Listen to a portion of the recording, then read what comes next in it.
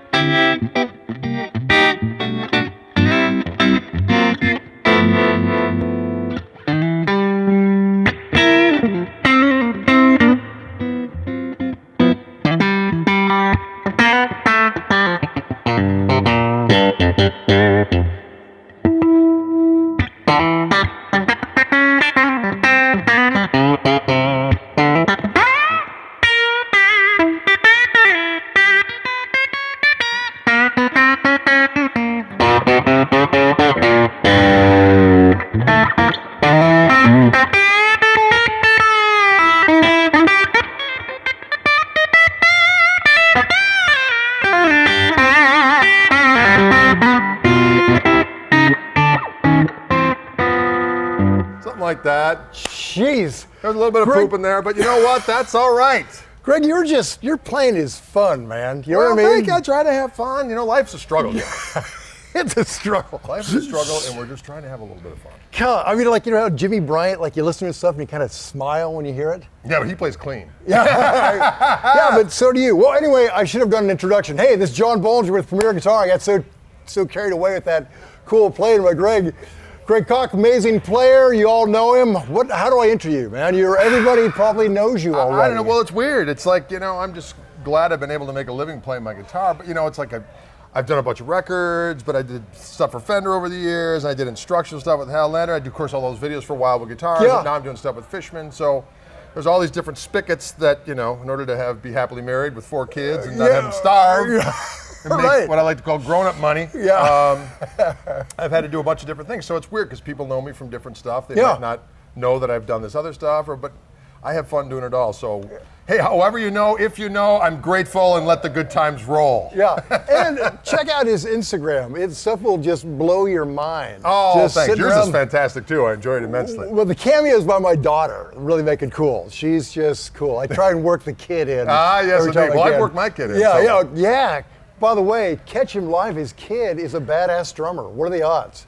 Anyway, that worked out great. It did. It was not planned. That wasn't like I was. It wasn't like well, you know, if you really want a good drummer, you got to make one. I guess. But are you trading like one of the other 3 to like play bass or? Well, keys? actually, my daughter now, who's she's actually a little older. She's 22 now, but she started to play bass. So hopefully, at some point, she'll make the cut. Get up there and rock. But my son, it was weird. When he was very young, he always just gravitated toward drums. He would grab like spoons and stuff from the kitchen and just kind of instinctively know where 2 and 4 was, and he'd listen to music and like know where stops were. Yeah. It was really weird. My friends would be over like, "What's with this kid?" I'm like, "I don't know." But it all kind of panned out. So yeah, that's perfect. Okay, I'm sorry. We digress. We've been talking about stuff. Let's talk about, you've always been, to me, kind of like this quintessential Telemaster. That is your bag. And now you've got your very own signature. Let's hear all about this bad boy. Okay, well, this is the Reverend Gristlemaster, as we called it. Love it. And it started out actually is with Fishman. I started working with Fishman about 6 years ago on these electric guitar pickups, which is kind of a funny story because I'm one of these guys, if I get a guitar and it sounds good and the pickups are good, it's like we're done. It's like, you know what I mean? Yeah, you've always been like a very minimal guy, Telecaster chord, amp. You know, I try to, and that's just because I'm lazy. But actually, if I like the way it sounds, we're done. So, Sure. But the only difference is, of course, is what is that noiseless guitar that you're going to have that you're going to need to travel with, because you don't know, especially I go to Europe and you're playing in some of these, you know, establishments where if you don't have a guitar that mitigates buzz and hellish frequencies and so on and so forth, you're going to be in trouble. So, so you know, you've always had the guitar. I've always had the guitar that sounded good, but it wasn't my favorite guitar per se, but it just, you know, it did the job because it was noise free. Sure. So when I got involved with Fishman, it kind of solved the problem that, no, these are pickups I would prefer to use, and they're noiseless, and they have a little boost on them. So they kind of did what my dream pickup would do, and that was to look normal. I mean, you look at the neck pickup, you look at, I mean, there's nothing really that says, oh, there's something weird going on here. You see this little button here, but other than that, they look relatively, well, they look completely totally normal, traditional. telly, Right. But under the hood, there's all kinds of malfeasance. Fishman came up with this new circuit that allows you to basically voice pickups the way that you want, and you're able to get rid of 60 cycle hum and have a second voice. And, you know, I don't lose any high end when I turn down the volume, which is something I always did to my traditional Fender instruments or Teles or Strats or whatnot. You always had to put that treble beat, because I always just wanted to be less loud. Crazy me. Right. Yeah, that's very frustrating, because you just want less and it changes everything, and it's like, come on. The only reason, I figured out, you know, later in life, because of course I never listen to people when they talk. I have to figure it out for myself. I have to burn myself countless times to go, Eureka! But, you know, only when you have like a power amp distortion where you're really diming an amp can you get away with the traditional volume pot that you don't lose any highs when you turn it up. That's fine, but 99% of the time you can't do that, or else you deafen people. I think I was just deafening somebody here at Soundcheck here, and they were giving me the stink eye. But anyway, so under most circumstances, you want a volume control that if you're using pedals or whatnot, you know what I mean? That you turn it down, you don't lose any highs. So the two different sounds that are on here, we went through we called it a blackguard sound and a white guard sound, but one sound is real kind of open and chimey, like for instance on the, here, let me put the gain off here.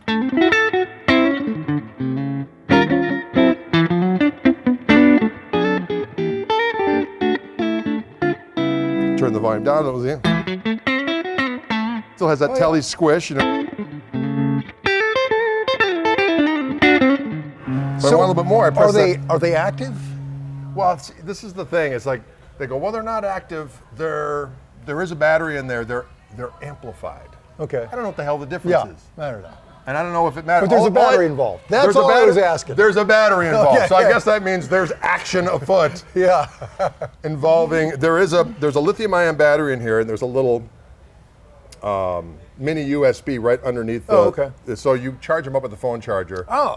And for an hour and a half charge, you get 300 hours of plugged-in playing time. So when I heard that, I could do that. I was like, you know what? And people are like, well, what happens if the battery runs out? I'm like, you know what? If at some point in your busy life of 300 hours, you know, if you got a gig that lasts longer than 300 hours, you know, there needs to be some talk with management. The union needs to step in. Exactly. And the thing is, you know, I change my strings after every 3 gigs or so anyway. So if I've had the guitar sitting, I'm like, when did I plug that in last? Well, I'm just going to top it off. So I've never run out of gas at a gig. So it's not changing a 9-volt, anything like that. No. Jazz. Because I hate doing that stuff. That's just me. Yes. That's just me. So it is a little bit to think, oh, I got to plug it in, but that's not much. It's not a whole lot. And so I get this little extra boost. So if I got the, you know, this little button in between the volume and the tone. Right? And it does it for all 3 positions.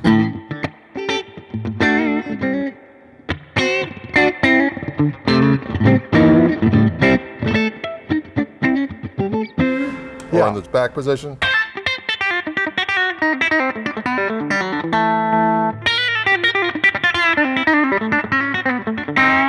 That's a lick I do every time I play this crap. I find how could you not? That's that damn thing. I just can't help it.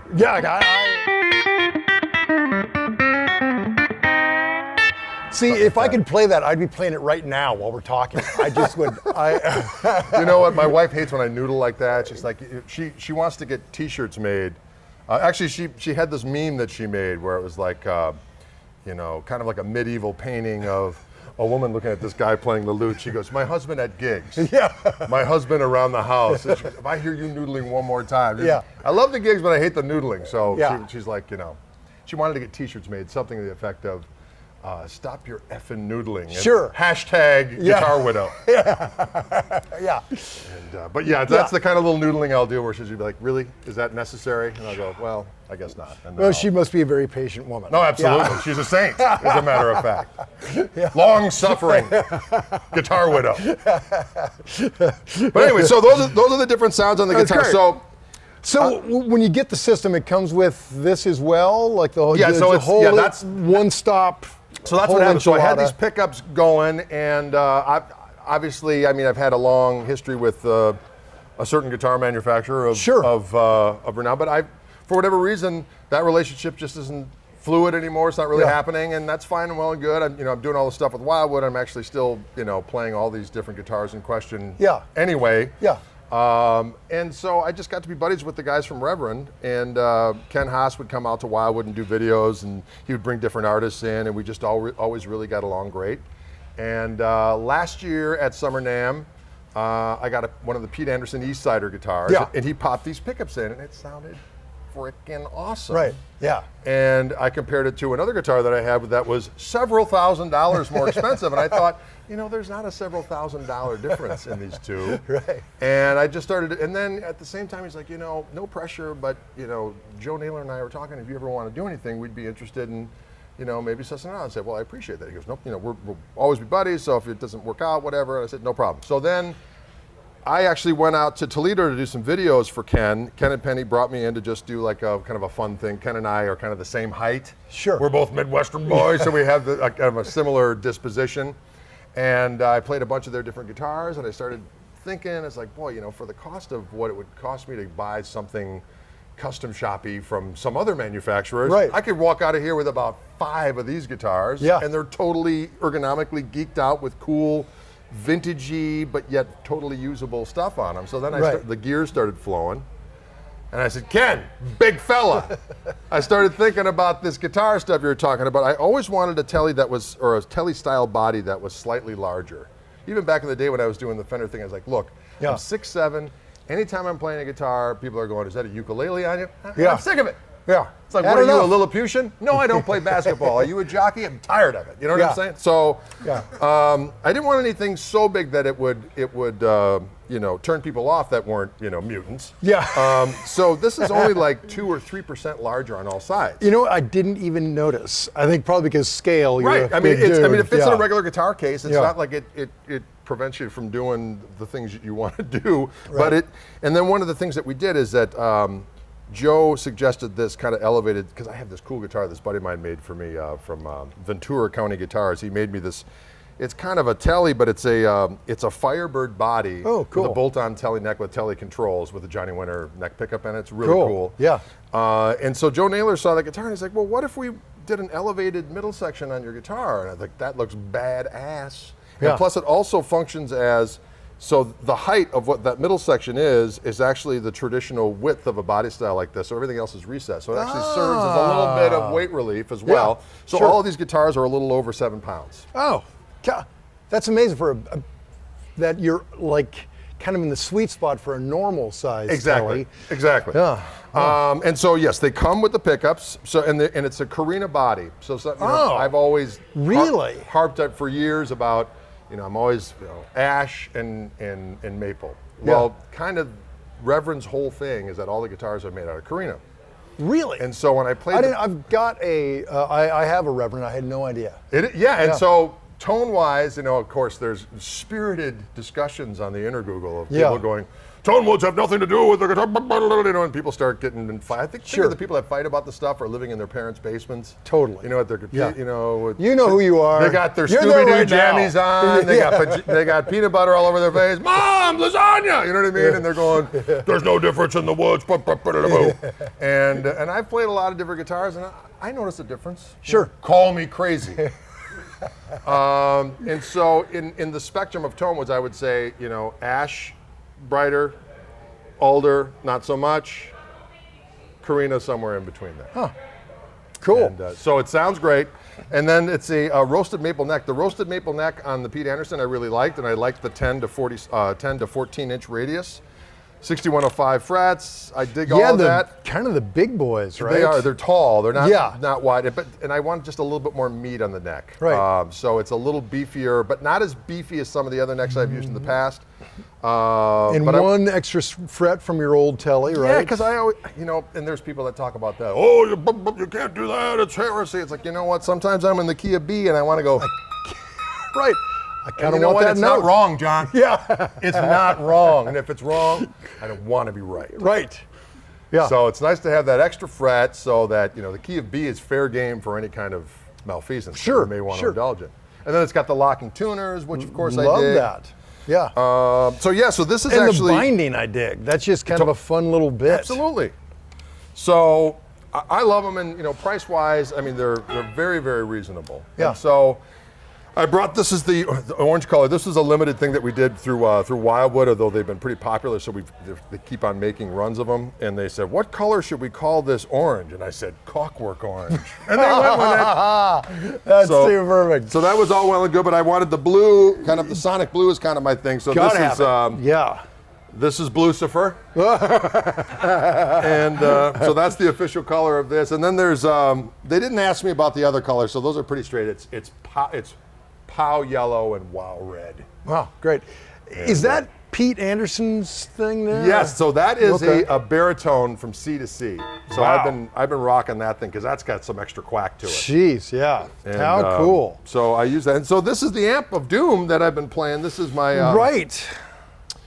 This is the Signature Koch amp, and this has been some confusion for folks because they're like, no relation, right? it is no relation. Yeah. But it's funny how that worked out. Yeah. So the universe has spoken and you listened. it all came together. So what happened is that I was in Music Messa and I was doing something for Fishman, and I'd done Music Messa just a ton of times for Fender over the years, and I was finally going and had absolutely nothing to do with Fender while I was over there, and I was there for Fishman, and the Koch booth was right across the way, and Dolph Koch and his wife came over, and they're like, we got a couple of your CDs, we're fans, and da da da. I said, well, it's funny because I used one of your amps someplace and I really liked it.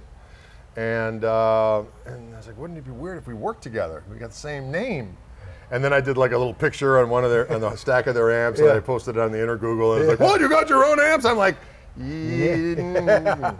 So we just kind of went with it. And then, so I used one of their Twin Tone 3 amps, and I dug it.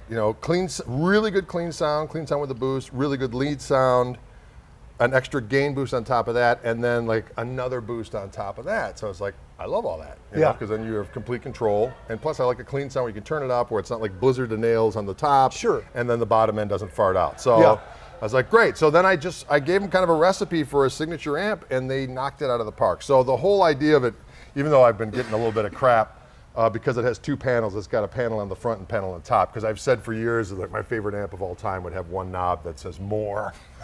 And here I have a 2-panel amp that looks like it's got more knobs than you know what to do with. But you've got no pedals. I've got no pedals. The trade-off is that there's no pedals. Yeah. So the difference is I wanted like a 3-control reverb, like the old reverb tanks, or like a Vibra King, where it's got the dwell, the tone, and the volume, so I can get real.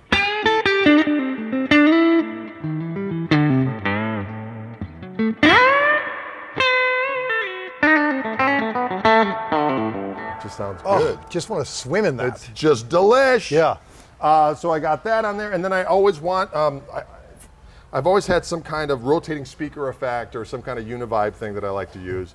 But I love the sound of like the brown face era Fender amps that had the harmonic vibrato on board. Right. And so they were able to do it. And apparently back in the day, it would take 3 tubes in order to make that happen. So Dolph figured out how to do it with 2, as to not, have the problem of having more tubes and more money and so on and so forth. So that's what this sounds like.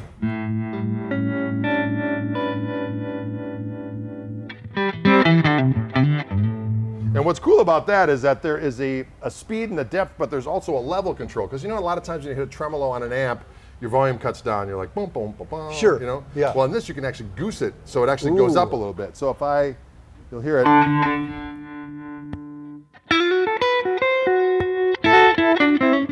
It's louder.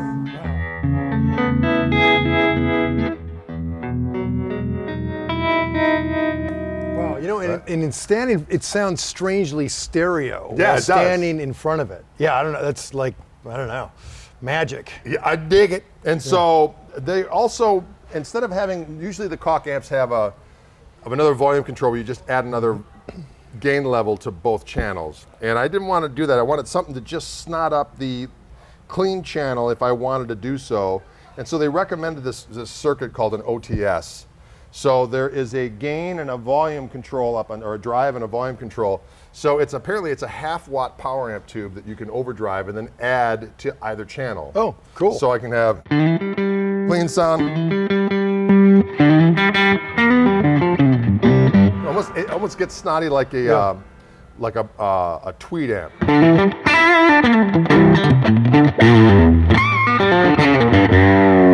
So that's just on the clean channel. Love it. It gets all. And then the lead sound is I can set it to be a little bit crunchy. And then there's a gain boost on top of that. So that sounds like this. And then on top of that, I can add the OTS, and then it's.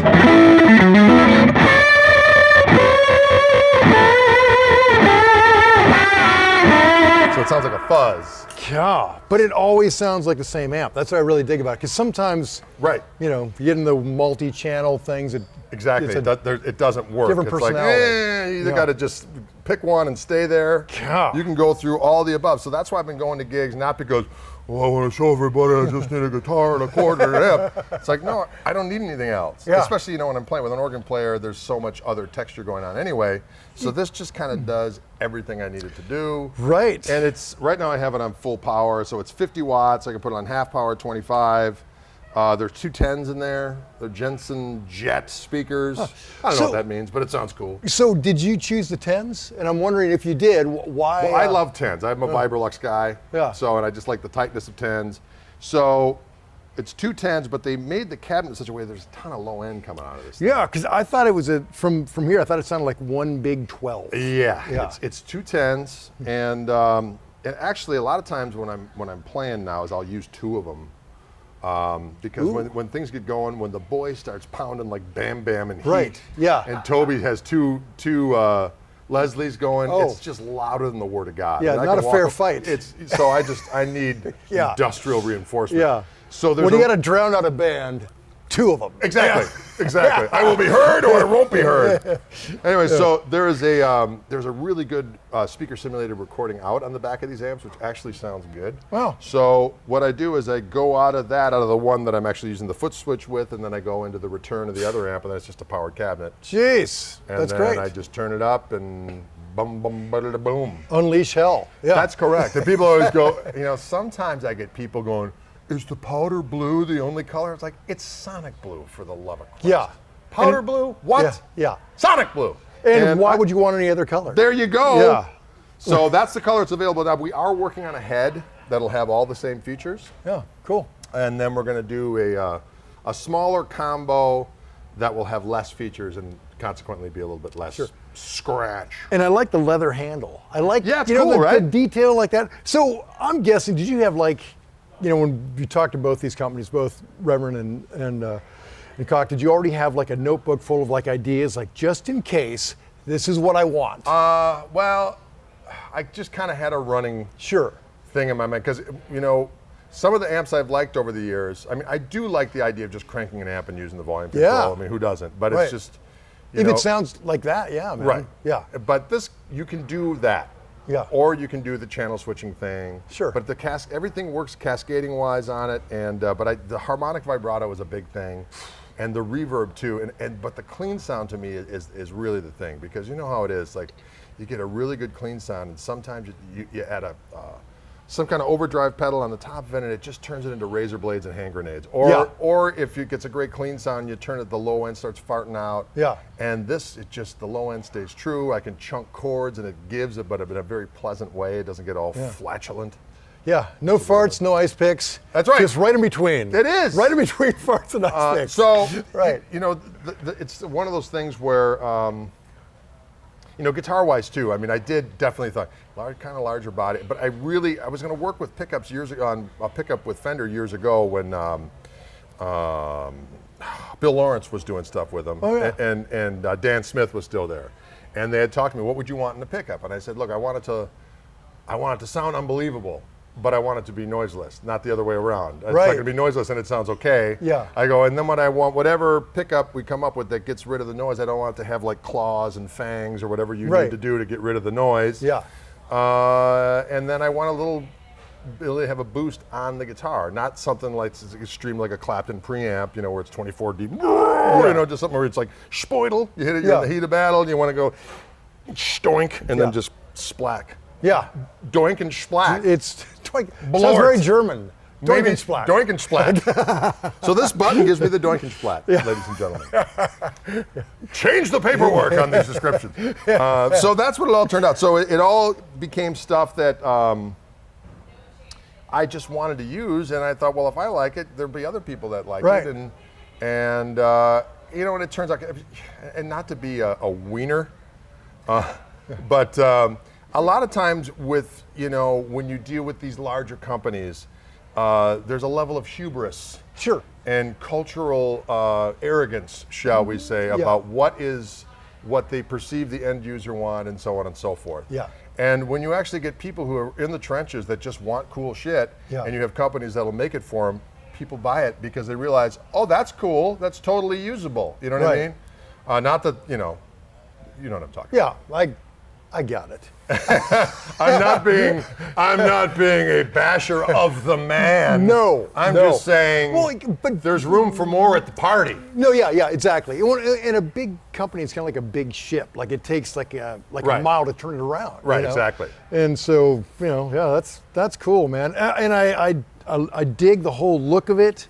I like that you went with the three saddles, and Yeah, I definitely, and that's one of the things where I kind of gave in a little bit to the powers of, does it really do stuff or not? I just have always found that brass just gives you a little bit extra pop. Yeah. And I always like the three saddles as opposed to the six. Yeah. And plus it looks cool. Yeah. Yeah, that's enough for me. And so this is the Wilkinson Virgin, which you can intonate, which is key. Yeah.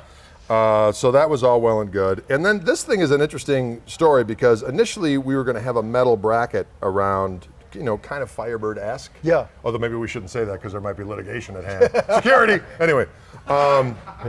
So that metal was actually messing with the impedance of this pickup. Huh. Because I got the prototype. I go, look, I love everything about this prototype. The neck pickup sounds a little wimpier in comparison, and all the other guitars I have with my pickups in them, they don't do that. So Wow. Is there something that you did to the guitar? Is there routing underneath there or something? And I'm not, like, no. And then he called me back. He goes, I took the metal bracket off and put a plastic one around it. It sounds fabulous. Wow. So Isn't that weird? I mean, how something you would weird. never expect. So then he's like, well, we could wait months and try to find the exact metal that's not going to mess with it, or we could just use a plastic one. I said, I think the plastic looks kind of cool. Plus, it looks different. Yeah, yeah.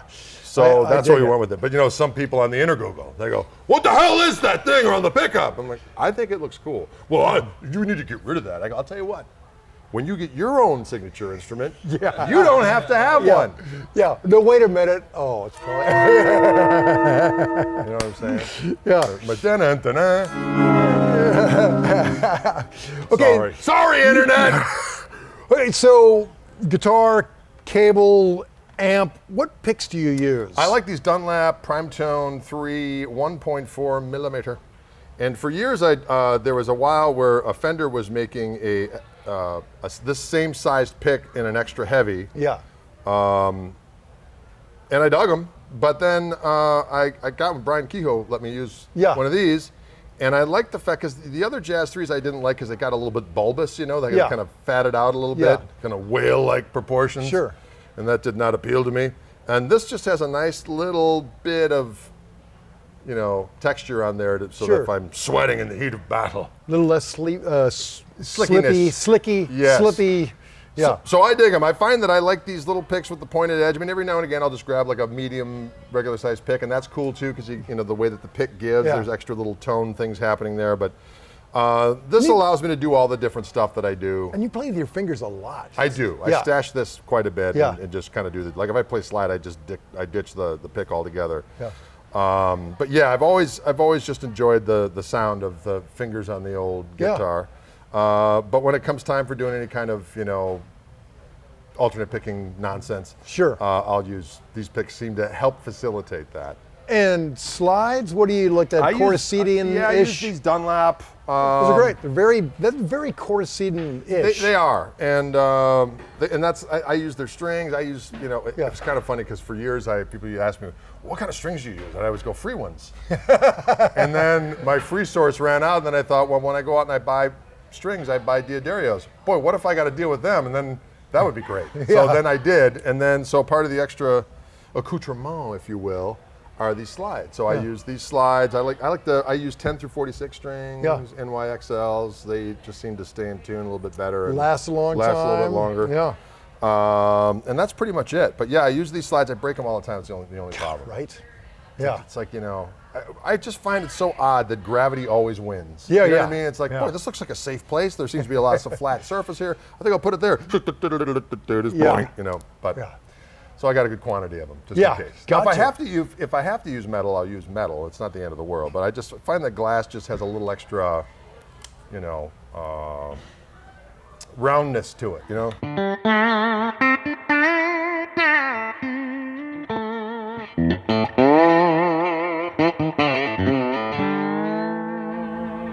just sounds good. Yeah, love it.